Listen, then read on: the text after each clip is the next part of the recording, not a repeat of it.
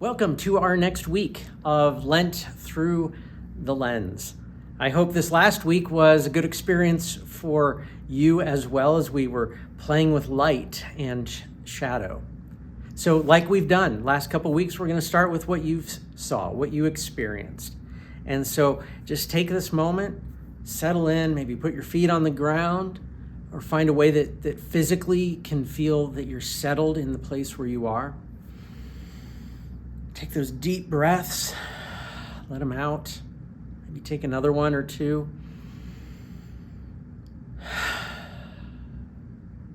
A yoga instructor talks about sometimes when you take that third deep breath, you really just almost like force out your breath out. So it's like you're taking that deep, slow in-breath, and just let it all release. So let's see what you saw.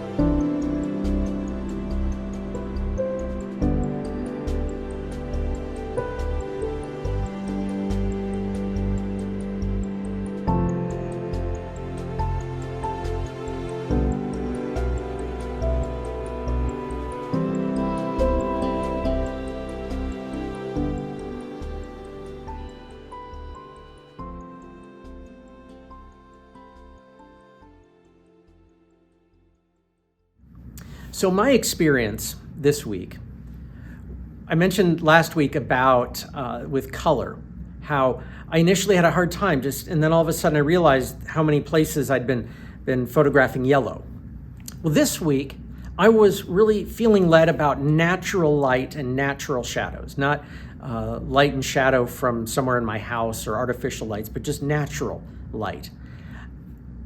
And then Sunday, Monday, Tuesday of this week, it was just cloudy all the time. And so everything was just this flat light, really hard to find good shadows. And so then finally this morning, I'm recording this actually on Wednesday of this week, it was great. It was this bright sunny morning and I was just having a grand time as I was out. So I don't know what your experience was, but that's a little bit of how my experience so far this week has been with this.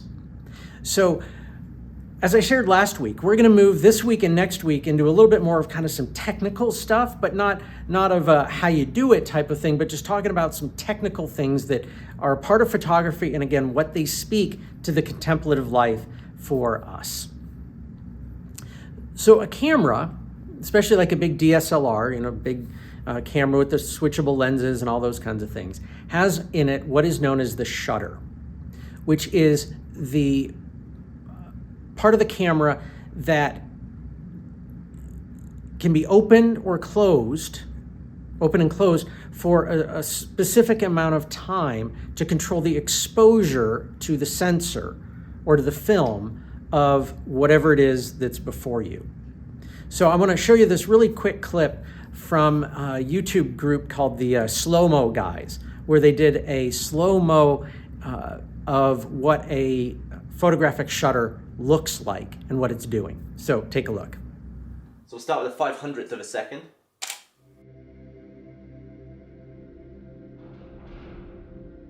One thousandth of a second.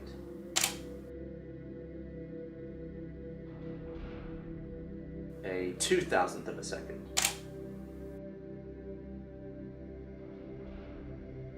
4,000th of a second. And an 8,000th of a second. Let's have a look at the 4 fastest ones side by side just to see the comparison.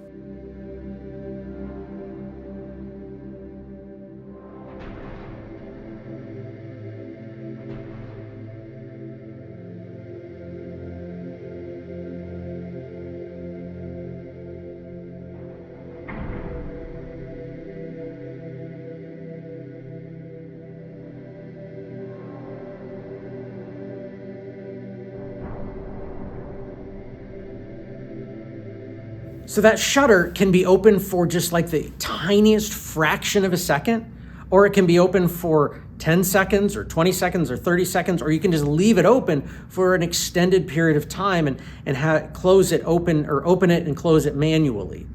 And so that controls the exposure of, again, the sensor or the film to the scene or whatever it is that is before you. And as much as I'm going to talk about the shutter, it doesn't exist on its own. So when you leave the shutter open for an extended period of time, that impacts what you're going to do for the aperture, which we'll talk about next week, which controls how much light is brought in. And it is tied into the exposure settings and all kinds of other stuff. But we're not going to get into that in depth other than to say a reminder that all of this is connected. Just like in our lives, there's not one single thing that leads to a deeper contemplative practice. It's a whole bunch of things and how they come together. But you can focus on them in isolation, but in doing so, don't forget they are still connected. But we're going to talk about the shutter specifically, and that's what our practice is going to be in the week ahead. So as I said, it is the shutter is best way to put it is a function of time, of how much time you allow the scene to be exposed onto the sensor or onto the film. So you can leave the shutter open for the tiniest, like 1/500th or 1/2000th of a second. And that just has it exposed for, again, that just tiny amount of time. And that is a way to really give a still moment of what is before you. So if you do that with, say, a scene of water running over a waterfall, what you'll get is just that split second of what the water and the waterfall looked like right at that moment. So you'll get just, you'll see bubbles, and you'll see some patterns, and you'll see some spray going, but you won't see anything that gives a sense of movement, because it is just that singular moment. But if you leave your shutter open for a longer period of time, for a second, 2 seconds, 30 seconds, something like that, all of a sudden what happens is that waterfall smooths out. That's how you see those photographs of water where it looks super smooth and silky, right? It's a way of giving a sense of movement, even in a still medium.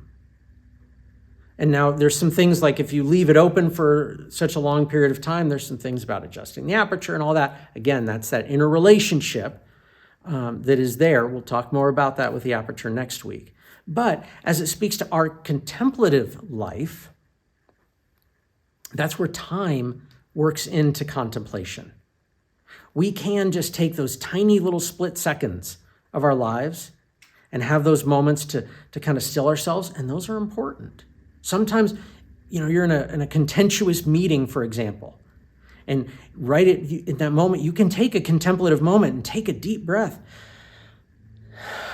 Settle yourself down to be able to respond in a healthy way, for example. But if that's the only practice the only part of contemplative practice for you, well, you're missing something of what the longer practice can do. And so when you take a longer period of time to work into contemplative practice, you begin to start to see something that may be more of like the movement of your heart, the movement of your spirit, the movement of your feelings. You might begin to get a sense of where your thoughts start to go as you're starting to still yourself, that you don't get just in those split-second moments. Now, I've never done something like this, but talking to people who've gone on like week-long meditative retreats where they spend hours and hours in meditative sits. I don't know that I could do that. Someday I want to try it, but I don't know if I could do it. But people talk about the amazing things that happen in them once they allow all those rough places to start to settle out when you take the time. So that's where I get this sense of how the shutter in a camera, the time element, speaks into our contemplative practice. So for this week ahead, we're going to be playing with time. Now, if you are using a big DSLR, you can use that to do something that, with water, for example, in that way. But if you're using, say, like an iPhone, or you're just using the automatic mode on a DSLR, it's hard to do. It's a little bit more challenging. And so a couple ways to think about this. So if you wanted to kind of play with that long exposure type of thing, that's one way to do it. And in fact, there's actually some really wonderful apps for both Android and iOS that simulate that kind of thing. I have one on my phone called Slow Shutter that's an Apple app that simulates some of that. So you could take a look at that and play with that.